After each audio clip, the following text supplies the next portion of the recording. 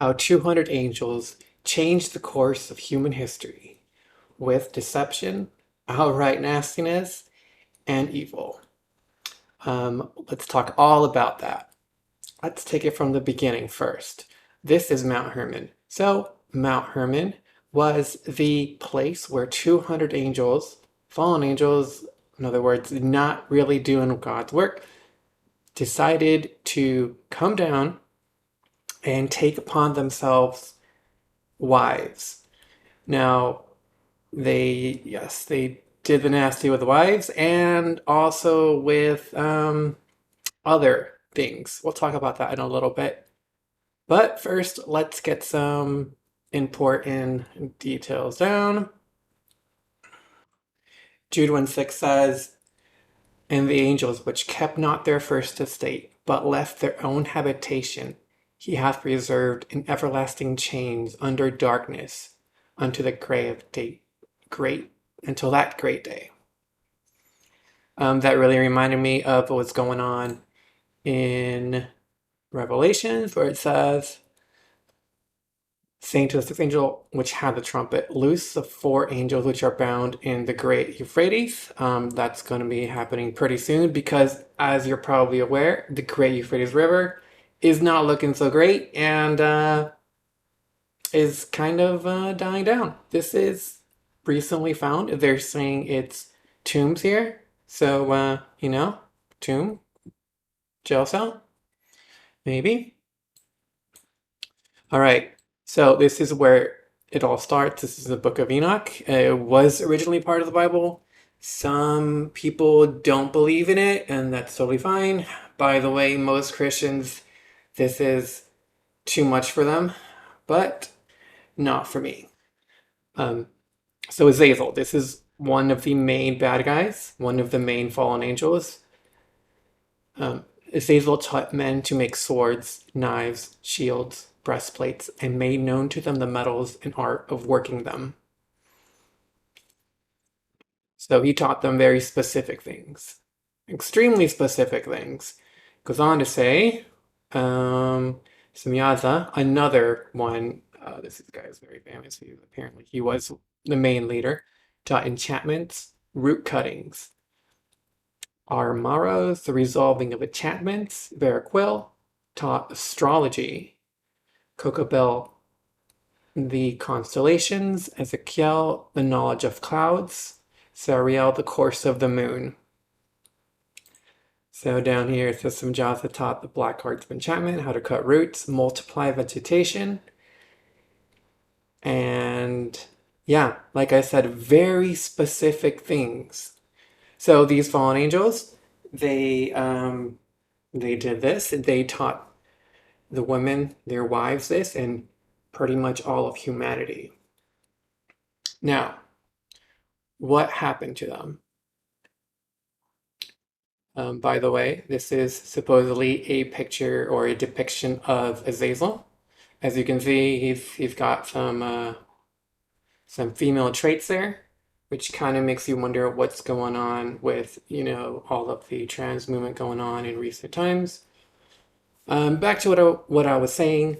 So you have these women that were having relations with these fallen angels. Now, we talked in a previous episode about Bigfoot and how I think he's a Nephilim. So that word Nephilim is actually meaning that he is part fallen angel, part, in Bigfoot's case, human or human and then something else, human hybrid, either way. So the product of the angel and human relations was giants. Now, not only giants, but they were mighty men, heroes. The Bible actually says men of renown, you know. And what happened to them? So since they were not part of God's original plan, they obviously died. So their spirits had nowhere to go. So I believe when you die, if you're human, you go to hell or you go to heaven. Now, these creatures, these giants and other creatures, did not have a place to go.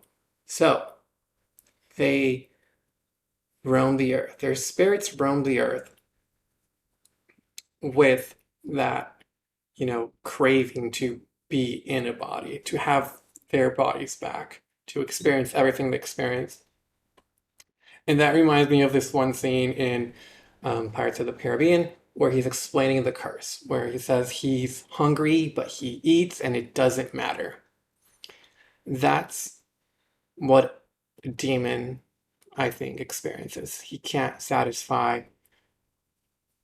can't be satisfied. And that's why they possess people, because they have that want, that strong desire to feel alive again.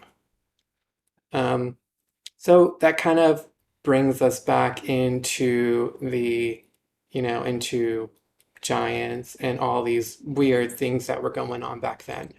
And that kind of reminds me of Hercules. And here we have this perfect depiction of ancient, Greek and Roman mythology. So here you have the gods on Mount Olympus, by the way, a mountain.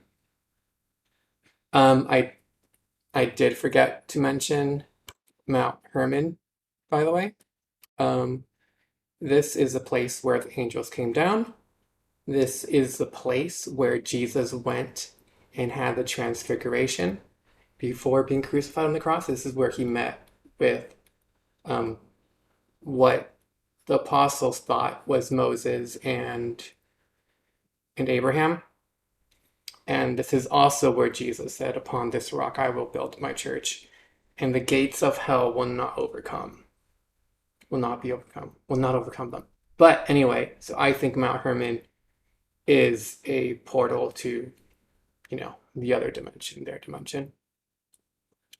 Uh, Back to what I was saying. So we have the gods here. Now these would be the fallen angels because to humans, they're gods. And what do these gods do? Well, in Hercules' case, they had relations with human women. And what is the product? The heroes, the men of renown, people like Hercules, Hermes, all these other half god, half human, which had great power, great influence. In Hercules' case, great strength. And then you have this little guy, this guy's the satyr. So he's half human, half goat. Yeah.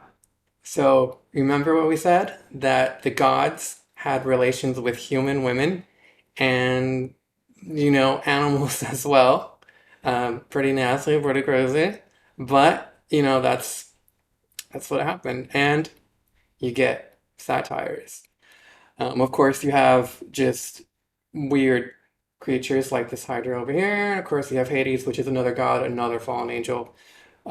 So the story, the mythology goes that these were all, they were always fighting with each other. They were always creating human hybrids or demigods. Um, yeah. So, and these two little guys, I would classify them as demons. So they were just helping out the fallen angels, their own, you know. Yeah, so you get satires, minotaurs. I mean, it's pretty obvious, right? You got a half man, half bull. Centaurs, same thing. Let me move this out of the way. You have this half horse, half human thing. And of course, I would throw Bigfoot in there. So you got these weird things. Now, this reminded me of the Aztecs. So when the Aztecs were conquered by Cortés, which he came riding a horse, kind of reminds you of a centaur, um, the Aztecs thought he was one of their gods that came back. So he sees this, if you hadn't seen a horse before, you wouldn't know if he was on it. So he sees these things, these beings in really shiny, clothing or with something that have four legs, kind of like a centaur. And he assumed they were their gods. Like maybe this is God, maybe this is one of their gods that came back, like it was predicted. So the Aztecs let him in, and of course that was to their undoing. But that brings to mind how great the Aztec culture was.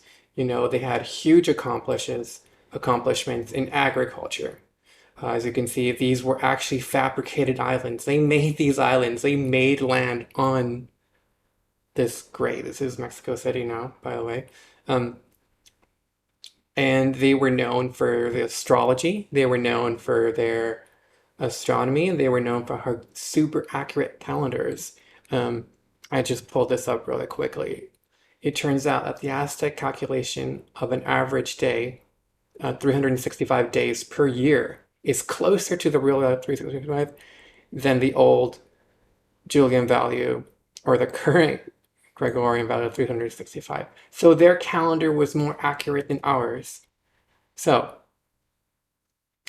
ask yourself, why does this great people, right, who had all sorts of knowledge about calendars, about agriculture, yet they didn't know anything about metalworking? They didn't have any swords. If we go back to over here, remember that Azazel taught them swords, knives, metalworking. Semyaza taught them all this other stuff. Barak taught them astrology, constellations, the course of the moon. So they knew this, very specific things, and they knew it well, but they didn't know swords. They didn't know knives, shields, metals. That brings us to the Mayans, who were, I think they were a little bit before the Aztecs and a lot farther down south. But again, the Mayans excelled in agriculture, writing, calendar, mathematicians, agriculture, all this huge stuff that they were like super smart with. But neither of these civilizations had the technology to make the wheel. Like, what's going on here? To me, this tells me that they were taught these individual specific knowledge. So why didn't they know about the wheel? Nobody taught them. Why didn't they know about metalworking? They just weren't taught that. And I found this article recently. The pristine, untouched Amazon rainforest was actually shaped by humans. That's how great, that's how much knowledge the Native Americans, or, well, yeah, Native Americans, again, going back to the Aztecs, just how advanced they were on some things.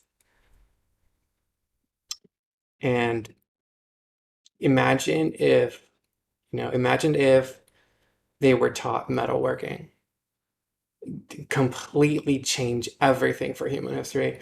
If the Aztecs knew how to make armor, if they knew how to make proper swords, if they knew how to make the wheel, that would be game changing for them. And that, my friends, is how 200 angels changed the course of human history. If you like this video, subscribe and leave a like.